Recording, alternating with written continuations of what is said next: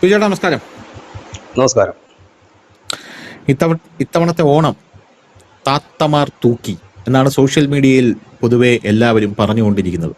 സംഭവം ഓണത്തിന് social media തുറന്നു കഴിഞ്ഞാൽ താത്തമാരുടെയും മുസ്ലിം സമുദായത്തിലെ ചെറുപ്പക്കാരികളായിട്ടുള്ള സ്ത്രീകളുടെയും വിദ്യാർത്ഥിനികളുടെയും ഓണാഘോഷത്തിന്റെ ദൃശ്യങ്ങളാണ് നമുക്ക് കാണാൻ സാധിക്കുന്നത്. എന്തുകൊണ്ട് ഇത് ചർച്ചയാകുന്നു എന്ന് പറഞ്ഞു കഴിഞ്ഞാൽ, ഈ ഓണാഘോഷം പാടില്ല എന്ന് പറയുന്ന ഒരു വലിയ വിഭാഗം എന്നല്ല, അതിലും വലിയൊരു വിഭാഗം, ഒരു പുരുഷ സമൂഹം എന്ന് പറഞ്ഞാൽ അത് പ്രധാനമായിട്ടും ഈ യാഥാസ്ഥിതിക ചിന്തയുള്ള ഒരു പുരുഷ സമൂഹം ഇവിടെ ഉണ്ട്. ആ സമൂഹം ഇതിനെ നിശിതമായി വിമർശിച്ചുകൊണ്ടിരിക്കുകയാണ്. പക്ഷേ ഇത്തവണത്തെ ഓണത്തിനൊരു വ്യത്യസ്തതയുണ്ട്. പണ്ട് ഈ വിമർശനമൊക്കെ വരുമ്പോൾ ആൾക്കാര് വായും പൊത്തി മിണ്ടായിരിക്കുമല്ലോ. പക്ഷെ ഇതേ ജെൻസി പിള്ളേർ തന്നെ ഈ വിമർശനം നടത്തുന്ന ഉസ്താദുമാരെ എടുത്ത് ഏറി കെറ്റുന്ന കാഴ്ചയാണ് കാണാനായിട്ട് സാധിക്കുന്നത്. നീ ആരടാ ഞങ്ങളുടെ തട്ടം എങ്ങനെ ഇടണമെന്ന് പറയാൻ? നീ ആരടാ ഞങ്ങൾ സാരി ഉടുക്കണമോ സദ്യ കഴിക്കണമോ എന്ന് പറയാൻ? നീ ആരാ എന്ന് ചോദിക്കുന്ന രീതിയിലേക്ക് കാര്യങ്ങൾ മാറിയിട്ടുണ്ട്. അപ്പൊ പൊതുവെ അങ്ങനെ ഒരു ചോദ്യം തിരിച്ചു വരുമ്പോൾ ഇവർ അധിക്ഷേപത്തിന്റെ സ്വരം എടുക്കും. അതായത് അത് എനിക്ക് ഇവിടെ പറയാൻ പറ്റില്ല, എങ്കിലും അധിക്ഷേപിക്കുകയാണ്, വിദ്യാർത്ഥികളെ അങ്ങോട്ടേക്ക് അധിക്ഷേപിക്കുകയാണ്. പച്ചയ്ക്ക് ഓണത്തിനെ കുറിച്ച് എന്താ പറയുക, ഓണം ആഘോഷിക്കാൻ തന്നെ പാടില്ല എന്നിവർ പറയുകയാണ്. സദ്യ കഴിക്കാൻ പാടില്ല, ഓണം ആഘോഷിക്കാൻ പാടില്ല. അപ്പൊ ആ ഒരു സാഹചര്യത്തിലാണ് ഇപ്പൊ ഈ മുസ്ലിം കുട്ടികൾ ഈ ഓണം ആഘോഷിക്കുന്നു, അവർ ഡാൻസ് കളിക്കുന്നു, അവർ വലിയ രീതിയിൽ എന്താ പറയുക, ഈ ചെറുപ്പക്കാരുമായിട്ട് ഇടപഴകുന്നു. അതാണല്ലോ ഇവർക്ക് ഏറ്റവും വലിയ വിഷയം എന്ന് പറയുന്നത്. പിന്നെ പോരാത്തതിന് നമ്മുടെ കേരളത്തിൽ വന്ന ഒരു വലിയ മാറ്റം എന്ന് പറഞ്ഞാൽ, ഈ ഇതുപോലെ തട്ടമിട്ട് തെരുവിൽ നിന്ന് ഫ്ലാഷ് മോബ് കളിച്ചൊരു സ്ത്രീയുണ്ട്. ആ സ്ത്രീ ഫ്ലാഷ് മോബ് കളിച്ചപ്പോൾ അന്ന് അവരൊറ്റയ്ക്കേ ഉണ്ടായിരുന്നുള്ളൂ. ആ സ്ത്രീയുടെ പേര് ജസ്ല മാടശ്ശേരി എന്നാണ്. അതിന്റെ പേരിൽ ആ സ്ത്രീയെ വേശ്യ എന്നാണ് ഇവിടെയുള്ള ഉസ്താദുമാർ മൊത്തം വിളിച്ചിരുന്നത്. കാരണം അന്ന് ആ സ്ത്രീ ഒറ്റയ്ക്കേ ഉണ്ടാവും, ഒരു മുസ്ലിം സ്ത്രീ, വേറെ ഒരു സ്ത്രീകളും അങ്ങനെ ചെയ്തിട്ടില്ല, ഒരൊറ്റ സ്ത്രീ. പക്ഷെ ഇന്ന് നോക്കുമ്പോൾ ഓണം മനസ്സ് തുറന്ന് ആഘോഷിക്കുന്നത് ഒരുപാട് മുസ്ലിം സ്ത്രീകൾ ആഘോഷിക്കുന്നുണ്ട്.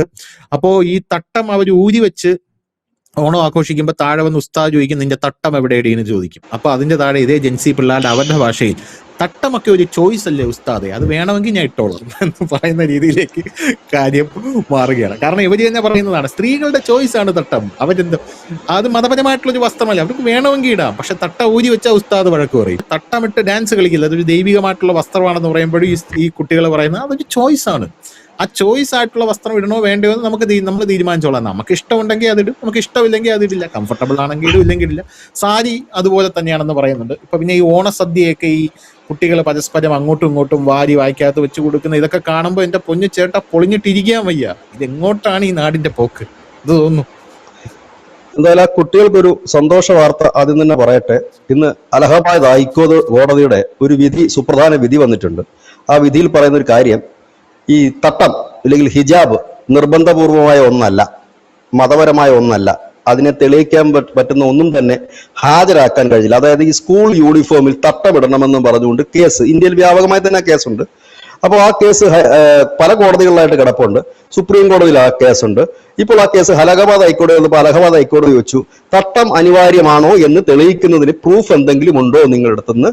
ഈ മുസ്ലിം പണ്ഡിതന്മാർ കേസ് കൊടുത്തോടതി വെച്ചു, അവർക്ക് ഒരു പ്രൂഫ് ഹാജരാക്കാൻ പറ്റിയില്ല.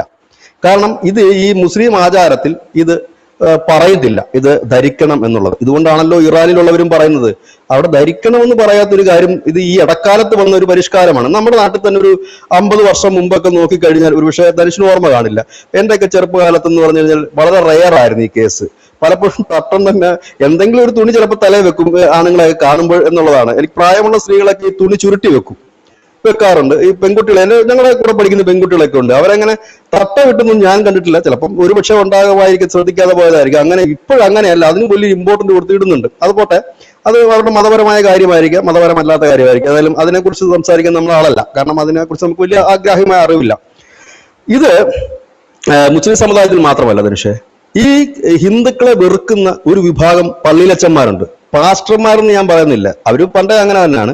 പള്ളിയിലച്ചന്മാരുണ്ട്, നിരന്തര ഹിന്ദു വിദ്വേഷം തുപ്പുന്ന കേരളത്തിലെ ഈ മാധ്യമങ്ങളൊക്കെ വലിയ പാടിപ്പോകുന്ന അച്ഛന്മാരുണ്ട്. നാക്ക് വളച്ച് ഹിന്ദുവിനെ അവജ്ഞയോടും പുച്ഛത്തോടും കൂടിയായിരുന്നു. അതായത് അവരെങ്ങനെയാണ് ഈ സമൂഹത്തിൽ നിന്ന് അകലുന്നതെന്ന് ചോദിച്ചാൽ അവരുടെ നാക്ക് കൊണ്ട് മാത്രമാണ്, അവരുടെ കയ്യിലിരിപ്പ് കൊണ്ട് മാത്രമാണ്. ഓക്കെ, നിങ്ങൾ ആഘോഷിക്കണ്ടെങ്കിൽ ആഘോഷിക്കണ്ട, ഞങ്ങളുടേത് മാത്രമാണ് മഹത്തായ ആഘോഷം, അതിലെല്ലാവരും പങ്കെടുക്കണം എന്ന് പറയുകയും എന്നാൽ മറ്റുള്ളവരെ ഇത് ചെയ്യുമ്പോഴാണ് ഈ ഒരു ഫ്രസ്ട്രേഷൻ എല്ലാവർക്കും ഉണ്ടാകും, എല്ലാവർക്കും ഉണ്ട്.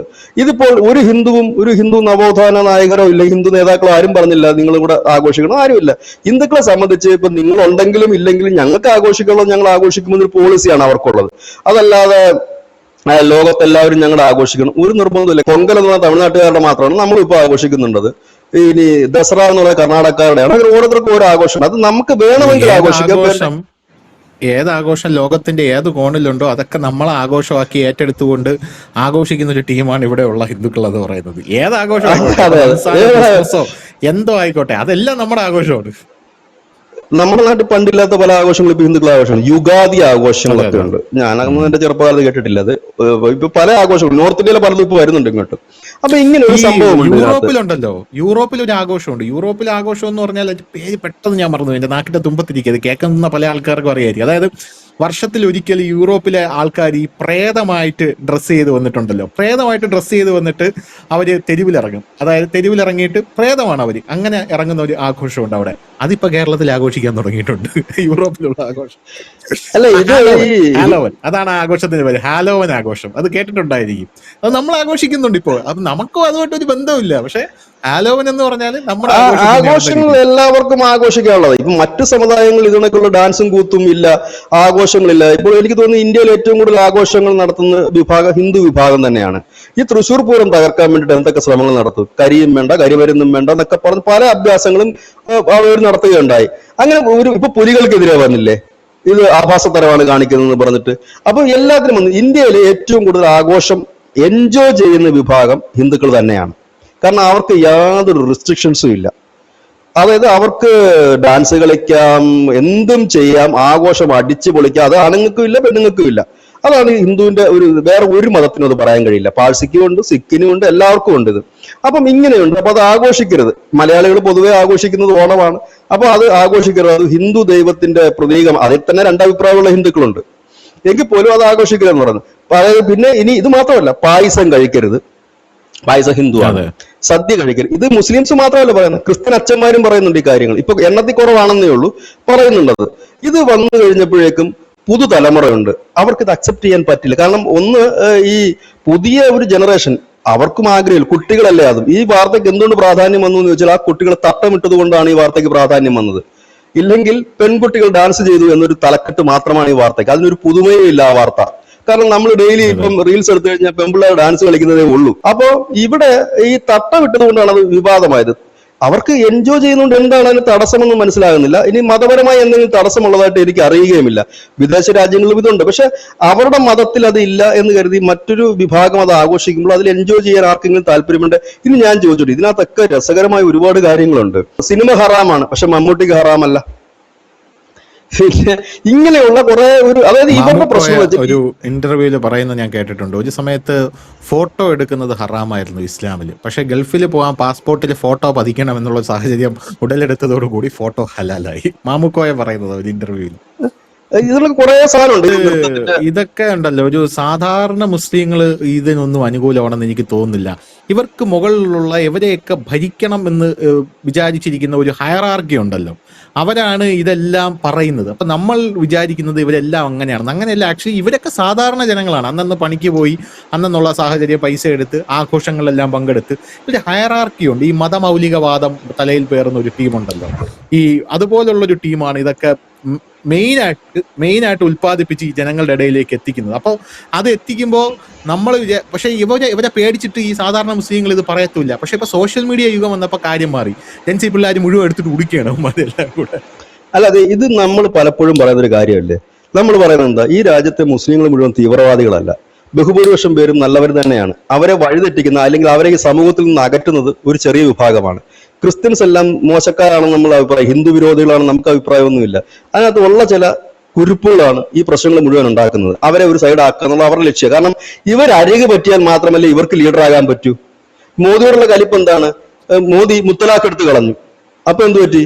മുസ്ലിം പെണ്ണുങ്ങൾ അടിമളായിട്ട് നിൽക്കത്തില്ല, കെട്ടിയവനൊഴിഞ്ഞാൽ അപ്പൊ അവർ കേസിന് പോകും എന്നൊരു അവസ്ഥ വന്നപ്പോൾ ഇവർക്ക് കലിപ്പായി. ഉടനെ പറയുന്നത് എന്താണ്, നമ്മുടെ മതത്തെ തകർക്കാനാണ് പുള്ളി മുത്തലാഖ് എടുത്തത്.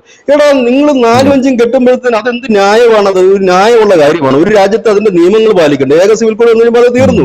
അത് ഏക സിവിൽ കോഡ് വരുന്നവരെയുള്ള തുള്ളലൊക്കെ ഇതിനുള്ളൂ ഇതിനകത്ത്. ഇനി പോട്ടെ, ഇനി എല്ലാത്തിലും മതം കയറ്റുകയാണ്. പിന്നെ ഈ ആഘോഷങ്ങൾ ഇത് വേറെ ആരും പറഞ്ഞിട്ടില്ല. അവരുടെ സമുദായത്തിനിടയ്ക്ക് തന്നെ ഒരു നവോത്ഥാനം ഉയർന്നു വരുന്നതിന്റെ ഒരു ചിത്രമാണ് നമുക്ക് കാണാൻ കഴിയുന്നത്. അതായത് ഭാവിയിൽ ഇതൊരു ഇറാനോ ഇല്ലെങ്കിൽ അഫ്ഗാനിസ്ഥാനോ കുറഞ്ഞ പക്ഷം ചിലയിടങ്ങളിലെങ്കിലും പാകിസ്ഥാനോ ഒക്കെ ആയി മാറാൻ സാധ്യത ഉണ്ടായിരുന്നിടത്ത് നിന്ന് അതൊന്നുമല്ല, ഇതാണ് ഇന്ത്യ എന്ന് ഇന്ന് ഇന്ത്യയുടെ വേറൊരു റിപ്പോർട്ട് ഇവിടെ വന്നിട്ടുണ്ട്. ഏറ്റവും എന്താണ് ജീവിക്കാൻ മോശമായ രാജ്യങ്ങൾ, അതിനകത്ത് 1ാം സ്ഥാനം ചൈനയും 2ാം സ്ഥാനം അമേരിക്കയും 3ാം സ്ഥാനം റഷ്യയുമാണ്. 10ാം സ്ഥാനത്ത് എന്തായാലും നമ്മളുള്ളൂ എന്നുള്ളതിൽ നമുക്ക് സന്തോഷിക്കാം. സായിപ്പ് ഉണ്ടാക്കിയ ഇൻഡെക്സ് ആണ് കേട്ടാ, അതിൽ നമ്മൾ 10ാം സ്ഥാനത്താണ്. അപ്പം ഇങ്ങനെയൊക്കെയാണ് ഇതിന്റെ കാര്യങ്ങൾ മുൻപോട്ട് പോകുന്നത്. ഏതായാലും ഈ ഓണത്തിന്റെ ഏറ്റവും ഭംഗിയുള്ള ഭാഗം എന്ന് പറഞ്ഞു കഴിഞ്ഞാൽ ഈ മുസ്ലിം കുട്ടികളുടെ ഓണാഘോഷം തന്നെയാണ്. ഇവിടെ ഇനി ഇതിൽ പാഠം പഠിക്കേണ്ട ഒരു വിഭാഗമുണ്ട്. ഈ ഒരു മതത്തിനെ നമ്മൾ അവരുടെ ചടങ്ങുകളിലേക്ക് പോകരുത് നമ്മൾ തടഞ്ഞു നിർത്തുമ്പോഴേക്കും അതിന് നമുക്ക് പറയാൻ ലോജിക്കായിട്ടൊരു കാര്യം നമ്മുടെ അടുത്ത് വേണം. എന്തുകൊണ്ടാണ്? അതായത് ഇവർക്ക് ഇവരുടെ ഇതിൽ പിടിച്ചു നിർത്താൻ കഴിയുന്നില്ല. അതാണ് ഇതിനകത്ത് ഏറ്റവും വലിയ രസം. ഒരു കാര്യം എപ്പോഴും ആലോചിക്കണം. ഞാൻ ചോദിച്ചോട്ടെ, നമ്മുടെ ഈ നാട്ടിൻ പുറത്തൊക്കെ ജീവിക്കുന്ന ഒരാള് അമേരിക്കയിലോ ലണ്ടനിലോ പോയ അവിടുത്തെ ജീവിത സാഹചര്യങ്ങൾക്ക് അനുസൃതമായുള്ള വസ്ത്രമല്ലേ ധരിക്കൂ? കാരണം ആ നിലയിലല്ലേ അതിനോട് ഇഴുകിച്ചേർന്ന് മുമ്പോട്ട് പോകേണ്ടത്. അതോ ഇവിടുത്തെ കണക്ക് ധോത്തിയും ധരിച്ച് കഴുത്തേലൊരു തോളത്തൊരു ഉത്തരയോ ഇട്ട് നടക്കാറുണ്ടോ? ജോലിക്കൊക്കെ പോകാറുണ്ടോ? ഇല്ലല്ലോ. അപ്പൊ അതാണ്. പക്ഷെ ഇപ്പോഴത്തെ ഒരു ഇതെന്ന് പറഞ്ഞാൽ ജെൻസി കുട്ടികൾ വരുമ്പോൾ കുറച്ച് ലോജിക്കായിട്ട് അവർ ചിന്തിക്കുന്നുണ്ട്. അതാണ് ഏറ്റവും വലിയ മാറ്റം. ഇനി ശ്രദ്ധിക്കുന്ന ഒരു കാര്യം, നമ്മൾ ഈ കുട്ടികൾ എന്ന് പറയുമ്പോഴേ കുട്ടികളല്ലാന്നാ ഞാൻ പറയും. ഇത് കാലങ്ങളായി ഇത്തരം ഫ്രസ്ട്രേഷനുകൾ മനസ്സിലടക്കി പിടിച്ചിരുന്ന കുടുംബങ്ങളുണ്ട്, സ്ത്രീകളുണ്ട്.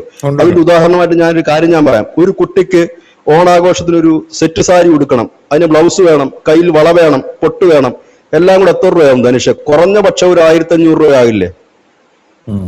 സ്കൂളിൽ പോകുന്ന കൊച്ചിന്റെ കയ്യിൽ 1500 രൂപ കാണത്തില്ലല്ലോ. ഇത് കൊടുക്കേണ്ടതാരാ? അച്ഛൻ കൊടുക്കണം, അമ്മ കൊടുക്കണം. അല്ലാതെ ആ കുട്ടിയുടെ കാണില്ല. കുഞ്ഞുങ്ങൾ പൈസ എവിടെ നിന്ന് കിട്ടാനാണ് നിങ്ങൾക്ക്? ഇത്രയും കൊടുത്താലല്ലേ സെറ്റ് സാരി മേടിക്കാൻ പറ്റൂ, ഈ പറയുന്ന വളയും കമ്മലും ഒക്കെ മേടിക്കാം. അപ്പൊ ആ വീട്ടുകാർ കൊടുത്തിട്ട് തന്നെ ആയിരിക്കില്ല. അവര് ചോദിക്കില്ലേ ഒരു 1500 രൂപ ദാ ഉമ്മ എന്ന് ചോദിക്കുമ്പോ ഉമ്മ ചോദിക്കില്ലേ മകളോട്, എന്തിനാണ് മകളെ നിനക്ക് ഈ 1500 രൂപ? അത് ഓണാഘോഷമുണ്ട്, സെറ്റ് സാരി. അപ്പം ആ അടക്കി പിടിച്ച വികാരങ്ങളുള്ള എന്താണ് അടുക്കളയിൽ നിന്ന് അരങ്ങത്തേക്ക് എന്ന് പറയുന്നത് പോലെ തന്നെയാണ് ഈ അടക്കി പിടിച്ചിട്ട് അവരുടെ ഒരു വലിയ ഒരു ഇതുണ്ടായിരുന്നു. കാരണം അവർക്കത് കഴിഞ്ഞിട്ടില്ല. ഞങ്ങളെ മക്കളെങ്കിലും അങ്ങനെ എന്നൊരു തോന്നൽ വന്നൊരു വലിയ സമൂഹമാണ്. ഈ കുട്ടികളുടെ എല്ലാം രക്ഷകർത്താക്കളുടെ അനുവാദത്തോടു കൂടി തന്നെയാണ് കുട്ടികൾ അങ്ങനെ പോയിരിക്കുന്നത്. അല്ലാതെ കുട്ടികളൊക്കെ രക്ഷകർത്താക്കളെ ധിക്കരിക്കുന്നവരാണെന്നല്ല. ആ കുട്ടികൾക്ക് അത് വാങ്ങാനുള്ള പണവും കാര്യങ്ങളും ഒക്കെ അവരുടെ വീട്ടുകാർ തന്നെയാണ് കൊടുക്കുന്നത്. ഒരുപക്ഷെ ഒരുക്കി കൊടുത്തിരിക്കുന്നത് ആ വീട്ടുകാർ തന്നെയാണ്. ഇനി നോക്കിക്കോളൂ, ഇത് എല്ലായിടത്തും ഒരു ആഘോഷിക്കട്ടെ, എല്ലാവരും ആഘോഷിക്കട്ടെ, അതിനകത്ത് തെറ്റെന്താണ്? ഇത് ഇങ്ങനെയുള്ള ആഘോഷങ്ങൾ വരുമ്പോഴും ഇങ്ങനെയുള്ള സഹകരണം വരുമ്പോഴുമാണ് സ്വാഭാവികമായി തന്നെ മതസൗഹാർദ്ദം എന്ന് നമ്മൾ പറയുന്നത്, മതേതരത്വം എന്ന് പറയുന്നത് ഈ കാര്യത്തിനാണ്. അതല്ലാതെ ഞങ്ങളുടെ മാത്രമാണ് വലുത്, ഞങ്ങളുടെയാണ് മുഖ്യം, ഞങ്ങളുടെയാണ് ഏറ്റവും പറയുന്നത് എന്താ അറിയോ? ഇത് മതസൗഹാർദ്ദമല്ല, ഇത് മതലയനമാണ്. അതല്ല നമ്മൾ പ്രോത്സാഹിപ്പിക്കേണ്ടത്. ഇവരുടെ പേടി എന്താന്ന് വെച്ച് കഴിഞ്ഞാൽ ഇവരുടെ കൈപ്പിടിയിൽ ഇവർ നിൽക്കില്ലെന്നൊരു ഭയമാണ്. അങ്ങനെയല്ല, ഇവര് കറക്റ്റായിട്ടുള്ള കാര്യം പറഞ്ഞു കൊടുത്താൽ അവർ നിൽക്കും. അതാണ് അതിന്റെ ഒരു കറക്റ്റ് കാര്യം. അതാണ് ഇതിനകത്ത് ഞാൻ ചോദിച്ചോട്ടെ, ഹിന്ദുവിനെ സംബന്ധിച്ച് ഈ പ്രശ്നങ്ങൾ എന്തെങ്കിലും ഉണ്ടോ? അവൻ പെരുന്നാളിന് പോകും, പെരുന്നാൾ ആഘോഷത്തിൽ പങ്കെടുക്കും, ബിരിയാണി കഴിക്കും, അവരുടെ കൂട്ടിരിക്കും, സുന്നത്ത് കല്യാണത്തിന് അവൻ പോകും. ഇനി ക്രിസ്ത്യൻസിന്റെ ക്രിസ്മസിനും പോവും, ഈസ്റ്ററിനും പോവും. ഇതിനെല്ലാം ആഘോഷിക്കാറുണ്ട്. നോമ്പ് പിടിക്കുന്ന എത്ര ഹിന്ദുക്കളുണ്ട് ഇല്ലേ? റംസാൻ മാസത്തിൽ നോമ്പ് പിടിക്കുന്ന ഹിന്ദുക്കളുണ്ട്. ക്രിസ്ത്യാനികളുടെ നോമ്പ് പിടിക്കുന്ന എത്ര ഹിന്ദുക്കളുണ്ട്? ഇതെല്ലാം ചെയ്യുന്നില്ലേ? അത് അവന്റെ ഒരു വലിയ മനസ്സല്ലേ? ഇത് കാണുമ്പോൾ ഈ പോഴന്മാർ വിചാരിക്കുന്നത് അറിയാം, ഈ ഹിന്ദുക്കൾ എന്ന് പറയുന്നത് പൊതുവെ ബുദ്ധിയും വിവരമൊന്നുമില്ല, ഞങ്ങൾ വലിയ മഹത്തായ സംഭവം, ഞങ്ങളുടെ ഇതിലേക്ക് ഇവർ എത്തുകയാണ് എന്നാണ് അവരത്. അതല്ല, അവന്റെ മനസ്സ്. കാരണം ഹിന്ദു മതം അങ്ങനത്തെ ഒരു ചട്ടക്കൂടാണ്. കഴിഞ്ഞ ദിവസം ഏതോ ഒരു ഉസ്താദ് ഏതോ മനുസ്മൃതിയോ എന്തോ ഒരു ഗ്രന്ഥം പൊക്കിക്കൊണ്ട് വന്നു. ഇങ്ങനെ ഈ മതപണ്ഡിതന്മാർ ആദ്യം മനസ്സിലാക്കേണ്ടത് ഹിന്ദുവിന് ഒരു ഗ്രന്ഥമല്ല ഉള്ളത്. ഹിന്ദുവിന്റെ ഗ്രന്ഥം നിങ്ങൾ മുഴുവൻ വായിച്ച്, അതായത് പുരാണമായാലും ഉപനിഷത്തായാലും എല്ലാം വായിച്ച് മനസ്സിലാക്കണമെങ്കിൽ ഒരു ജന്മം തികയുമെന്ന് എനിക്ക് തോന്നുന്നില്ല. ഒരു ഹിന്ദുവായ ഞാൻ പോലും അതൊന്നും വായിച്ചിട്ടില്ല എന്നുള്ളതാണ് യാഥാർത്ഥ്യം. അപ്പം അതാണ്. ഏതായാലും കേരളത്തില് ഒരു കാര്യം മനസ്സിലാക്കി, ഏതായാലും പാണക്കാട്ടെ തങ്ങളെ കൊണ്ടുപോലും ഓണപ്പാട്ട് പാടിക്കാൻ കുഞ്ഞുങ്ങൾക്ക് കഴിഞ്ഞു എന്നുള്ളത് തന്നെയാണ് ഈ ഓണത്തിന്റെ ഏറ്റവും വലിയ ഹൈലൈറ്റ്. ഇതിനകത്ത് നിരാശരാകുന്ന ഒരു വിഭാഗമുണ്ട്. നമ്മുടെയൊക്കെ വീട്ടിലെ സ്ത്രീകളുണ്ട്, അവരൊക്കെ ഫോട്ടോ ആയിട്ട് അർമാദിക്കാൻ ഇരുന്നതാണ്. പക്ഷെ എന്തായാലും തട്ടം തൂക്കി ഓണം എന്ന് പറഞ്ഞുകൊണ്ട് നമുക്കിത് അവസാനിപ്പിക്കാം. എല്ലാവർക്കും ഓണാശംസകളും നേരുന്നു.